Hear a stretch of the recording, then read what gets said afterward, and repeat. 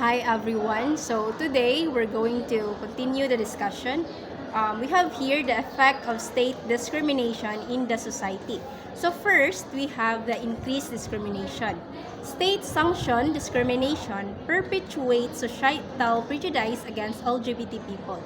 So this means that when our government support or ilahang i-allow ang discrimination towards LGBT individual, it seems like it sends a message sa public no that that kind of treatment is acceptable. Na okay lang mo treat ta sa ilaha nga ingana like kanang magpakita tag unfair nga treatment. This can lead to kanang many people in our society like whenever they encounter mga LGBT people, they will act violently, they will kanang act unfairly. Singa na. Kaya nga tuwa magang law, ang atuang law, dako ka na siya role, dako ka na siya influence on how the people kanang think and behave.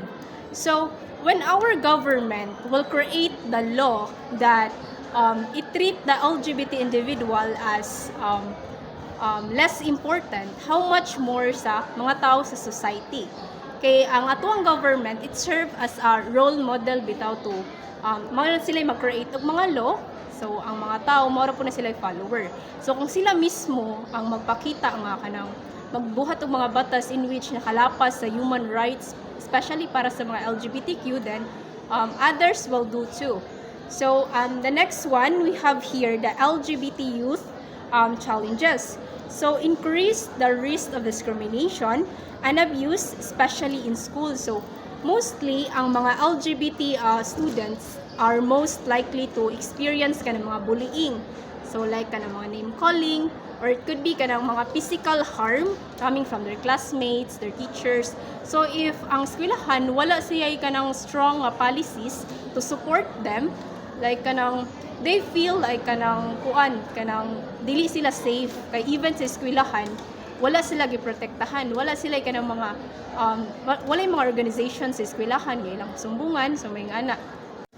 So now let's continue with the lack of support mechanism in school. So mostly ang mga eskwelahan, they don't have like kanang mga trained counselors, wala sila yung mga organizations in which adto nga ang mga members sa LGBT individual adto mo sumbong kung na sila yung mga problema no kung maka-experience sila mga bullying sa eskwelahan. If that's the case, so ang katong mga student nga members sa LGBTQ, they can feel like dili sila supported sa eskwelahan. Dili sila kanang safe sa eskwelahan kay even sa eskwelahan kanang walay mga organizations nga mo protect sa ilaha. So the next one is we have violations of the right to be free from discrimination. So every young people, every young person, they deserve to be treated fairly with respect. So regardless kung unsay mong identity nga gipakita sa ubang tao. So if the LGBT member kanang is treated badly in school and school don't protect them, so syempre it go against their human rights. So mana kanang it will lead to kanang ang estudyante magsigig absent, maka-experience sila mga stress, mga anxiety, and if maka-experience sila gingana, so dili sila moadto sa eskwelahan, like kanang grabe ang absent kay ilang mabuhat. So dako gika siya effect sa ilahang education. So now we have here homophobia and family rejection.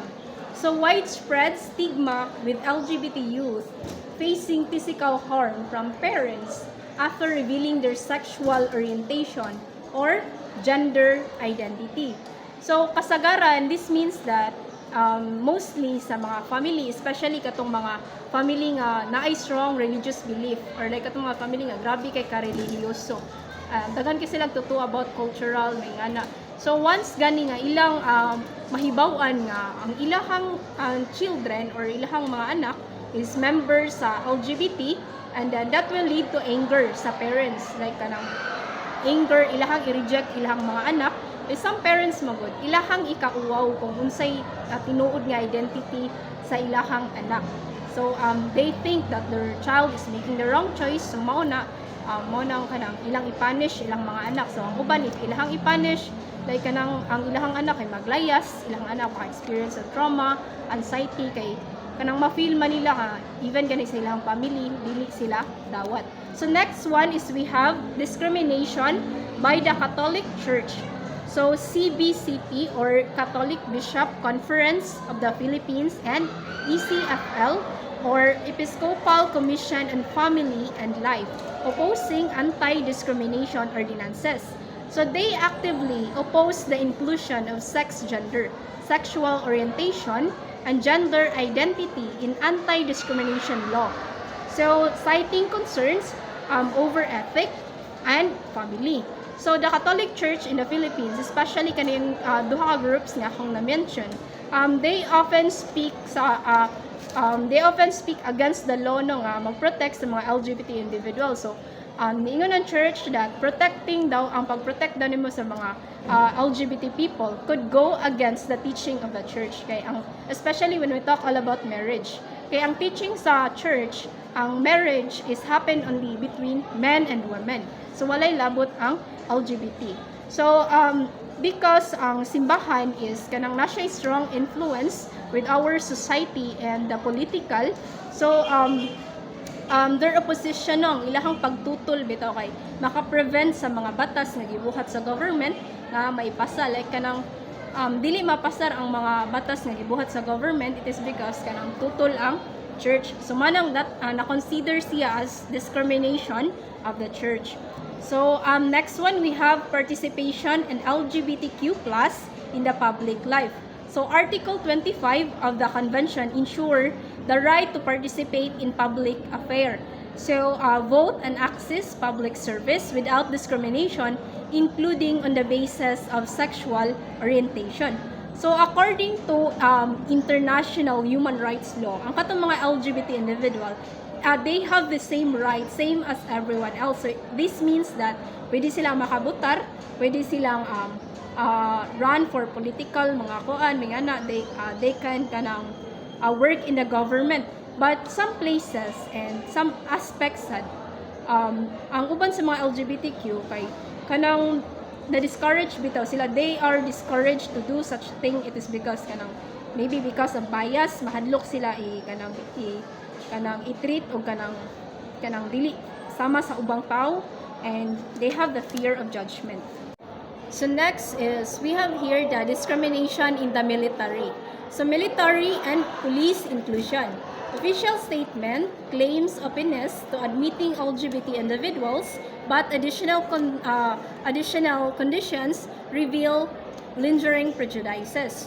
So this means that while military and police leaders say that LGBT members are welcome to join the organization, even though naingon sila nga ang mga LGBT kanang welcome ra sila nga join silang organizations, but dili gid malikayan that there are kanang mga hidden nga mga rules, there are mga unspoken expectations even though moingon sila nga dawat kanila. However, naagid say mga butang nga imong buhaton nga kanang mga rules nga imong buhaton para silang organization. So for example, like kanang if kuan ka, part ka sa LGBT, if gay ka, so you should act like the same as the men nga ni-join pod sa kana nga organization. So this shows that even though allowed ka, in ka, but you are not truly accepted or you are kanang not truly respected. Kay though gidawat kanila, but gipabuhat sad kag mga butang nga against sa imuha kung unsa gid imuhang identity. So next one is we have gender binary bias. Strict adherence to heterosexist gender rules, masculine or feminine, discriminating against those who don't conform them. So in the military and police, kanang ang mga tao gid nga kanang maka-join nito, they are expected to do traditional ways. Like for example, if you are a man, then you should act strong, you should act aggressive. If kanang you are women, ipakita nimo nga soft ka, you are feminine. But if you are part or member sa LGBTQ, especially people nga wala dili siya fit ana nga rules, kanang they are judged as weak. They are judged nga kanang dili sila fit ana nga mo-join ana nga organization kay weak sila, dili sila makabuhat kung unsay mabuhat sa babae ug sa lalaki dito. So this bias, it will harm their kanang chances without being accepted and being promoted. So now we have here the last one, stereotyping. So LGBT persons, especially effeminate individuals, face negative stereotyping within the military and police force. So kasagaran sa mga LGBT people are kanang unfairly labeled with negative traits.